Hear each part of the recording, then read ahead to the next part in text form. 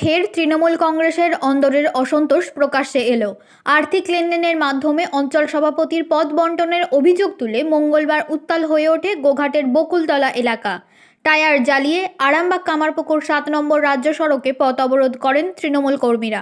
বিক্ষোভকারীরা মমতা বন্দ্যোপাধ্যায় জিন্দাবাদ, অভিষেক বন্দ্যোপাধ্যায় জিন্দাবাদ স্লোগান দিয়ে মিছিল করেন। তাদের দাবি, কাটমানির মাধ্যমে অঞ্চল সভাপতি নির্বাচন করা হয়েছে। উল্লেখ্য, কয়েকদিন আগেই গোঘাট 1 নম্বর ব্লক তৃণমূল অফিসে তালা ঝুলিয়েছিলেন কর্মীরা। দীর্ঘক্ষণ অবরোধ চলার পর গোঘাট থানার পুলিশ ঘটনাস্থলে পৌঁছে অবরোধ তুলে দেয়।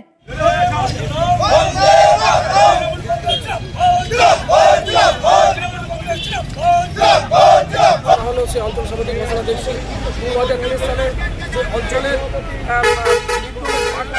অঞ্চল করেছিলেন সেই জায়গায় দাঁড়িয়ে এবং আমাদের ব্লক সভাপতি ওই সঞ্জয় মণ্ডলের নাম ঘোষণা করলেন যে সঞ্জয় মণ্ডল আমাদের অঞ্চলের ব্লক অঞ্চল সভাপতি।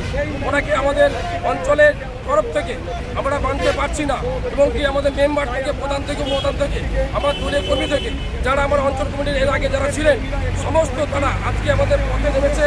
ওনাকে অঞ্চল সমিতি রাখা যাবে না। অবিলম্বে অঞ্চল সমিতিরা যদি পদত্যাগ করা যায় এর থেকে বৃহত্তর বড় আন্দোলন আমরা শুরু করব।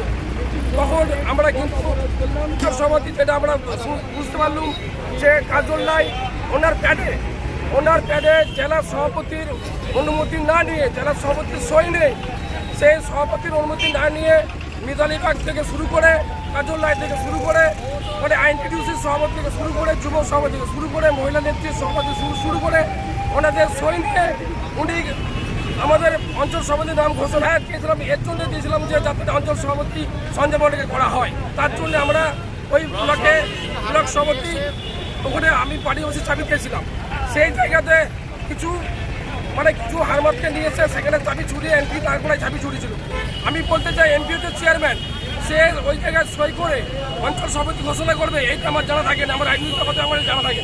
সেটা হয়তো এমপি আমার থেকে অনেক বেশি বলছে, যার জন্য অঞ্চল সভাপতি সে ঘোষিত করে দিচ্ছে। জেলার সভাপতির সই ছাড়া অঞ্চল সভাপতি ঘোষিত হয় না, যেটা আমাদের 2 নম্বর দেখেছি, আরামবাগে দেখেছি, খানাকুলে দেখেছি, পুরসুরে দেখেছি। অঞ্চল সভাপতির সইয়ের একমাত্র ব্লক সভাপতি জেলা সভাপতি সই থাকে। সেই জায়গায় সই কারণে শুধু 4 জনের সই করে একটা রুমে বসে তারা অঞ্চল সভাপতি ঘোষিত করে দিয়েছে। তবে কিন্তু এখানে আমি ইংরেজদের মতন হুইপে সহ্য করবো না। আমরা দল করি, দলকে ভালোবাসি, দলের বিরুদ্ধে কোনো ক্ষোভ হচ্ছে আমার ব্যক্তির বিরুদ্ধে, সেই ব্যক্তিকে আমরা মানতে নারাজ। সে সঞ্জয় মণ্ডলকে অঞ্চল সভাপতিকে আমরা মানছি না, মানবো না।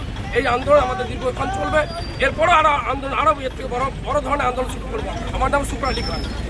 আপনারা জানেন ইতিমধ্যে আমাদের ব্লক কমিটির যে পার্সোনাল যে পেজ আছে সেখানেতে আমরা দেখেছি গোঘাট অঞ্চল তৃণমূল কংগ্রেসের নবনির্বাচিত সভাপতি সঞ্জয় মণ্ডলের নাম ঘোষণা হয়েছে।